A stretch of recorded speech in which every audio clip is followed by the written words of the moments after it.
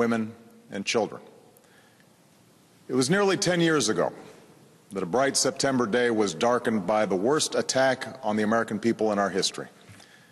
The images of 9/11 are seared into our national memory. Hijacked planes cutting through a cloudless September sky, the Twin Towers collapsing to the ground, black smoke billowing up from the Pentagon, the wreckage of Flight 93 in Shanksville, Pennsylvania, where the actions of heroic citizens saved even more heartbreak and destruction. And yet we know that the worst images are those that were unseen to the world. The empty seat at the dinner table, children who were forced to grow up without their mother or their father, parents who would never know the feeling of their child's embrace, nearly 3,000 citizens taken from us, leaving a gaping hole in our hearts.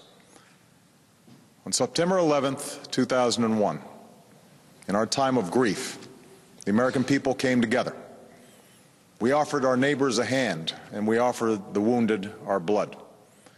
We reaffirmed our ties to each other and our love of community and country. On that day, no matter where we came from, what God we prayed to, or what race or ethnicity we were united as one American family. We were also united in our resolve to protect our nation and to bring those who committed this vicious attack to justice.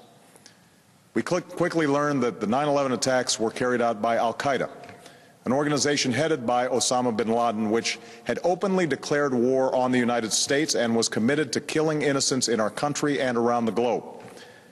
And so we went to war against Al-Qaeda to protect our citizens, our friends, and our allies. Over the last 10 years, thanks to the tireless and heroic work of our military and our counterterrorism professionals, we've made great strides in that effort. We've disrupted terrorist attacks and strengthened our homeland defense. In Afghanistan, we removed the Taliban government, which had given bin Laden and al-Qaeda safe haven and support. And around the globe, we worked with our friends and allies to capture or kill scores of al-Qaeda terrorists, including several who were a part of the 9/11 plot. Yet Osama bin Laden avoided capture and escaped across the Afghan border into Pakistan. Meanwhile, al-Qaeda continued to operate from along that border and operate through its affiliates across the world.